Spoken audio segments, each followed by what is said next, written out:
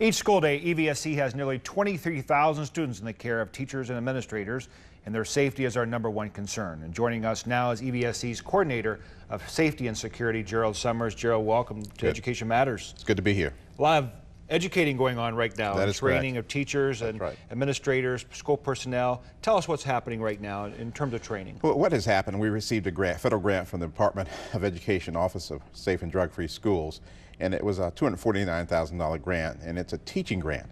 It's provided us with the opportunity to teach all the staff about emergency management and the incident command system. Right now, over 100 teachers have been certified in the incident command system, and we've been able to revise our emergency manual and bring it up to the FEMA requirements, federal requirements. Well, I have this, we're seeing on the screen right now, this emergency manual that you put together. It's well done. It highlights a lot of issues. Why is this type of thing important for our schools? Well, number one, our kids are our most precious commodity, and the bottom line is we want them safe, and having the plan in place and the staff and the students practicing on a regular basis and preparing themselves for emergency is what it's all about. One of the guidelines for FEMA is that we be able to talk common language from state to state. If Ohio comes over to Indiana, and I work directly with emergency management, and we need to be able to talk the same language in emergency, and that's what that's about. Well, you coordinate safety and security for the EVSC. It's a huge undertaking, but also you interact with a number of community agencies. Many agencies: emergency management, police, sheriff, state police, everybody that has some connection with us. And whenever we have an emergency, I get can get multiple agencies coming in to help, and we'll work directly together. As a matter of fact, we have a training session tomorrow on earthquake preparedness at the EMA office. Well, it's obviously we're dealing with somewhat of a crisis right now. Yes, we are. In our community, and a boil advisory, which has a direct effect on our schools. Tell us how that's been handled in the last couple of days. I mean, it's been amazing. We got pretty short notice about all this, but Rick Cameron and some supportive service staff have been able to allocate and find water for us, for the kids, to make sure they're able to have drinking water.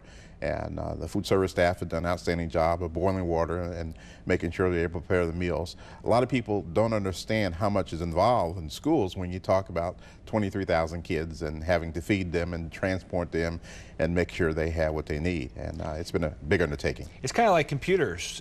You don't realize how much water you use and for what purpose until you don't have access. That's correct. That's correct. You know, so we're bringing in thousands of bottled water, sanitizer, a number of things. But that also highlights another issue. You're talking about emergency preparedness, but it's not just emergency agencies that have come to support this. It's RC and Pepsi and vendors as well. The business community is huge, is a huge piece. If we have an emergency like we do right now with the boil advisory, we have to fall back on our business community and partners to help us. And RC and the people you just described have been there.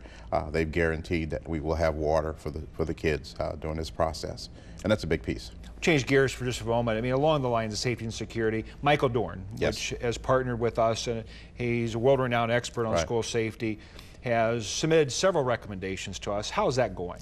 We have, in 2007, Mr. Dorn came and spent actually 7 days here in EVSC with me, and we went through all the buildings, and we have now fulfilled, and this is actually part of that original mission, fulfilled most of the requirements that he has set forth that we needed to change. We have come full circle. EVSC, from a safety and standing point, have come a long way, and actually Mr. Dorn being here, having his report, allowed us to apply for this grant to receive the money. Some of these things happen, and we read about them in remote places across the world, and it's easy to take for granted that those things won't happen here, things that happen infrequently. But why is it so important to train for those type of occurrences? Well, right now when I'm doing a training with the staff, I even talk about Nashville, Tennessee, May 1st and 2nd. Nashville, Tennessee was completely flooded. Who would have dreamed? We forget 1937, Bosse High School here in Evansville was flooded.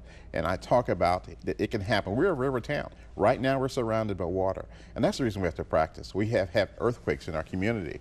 And you know, the discussion now is not if, it's when the next earthquake is going to occur. So we have to practice and be prepared for those things. Well, you're doing a great job, and we appreciate your efforts. Thank you. Thanks for being here today. Coming up next, children with chronic asthma are getting a special opportunity over spring break next week. We'll take you inside Camp Not a Gonna Wheeze right after this.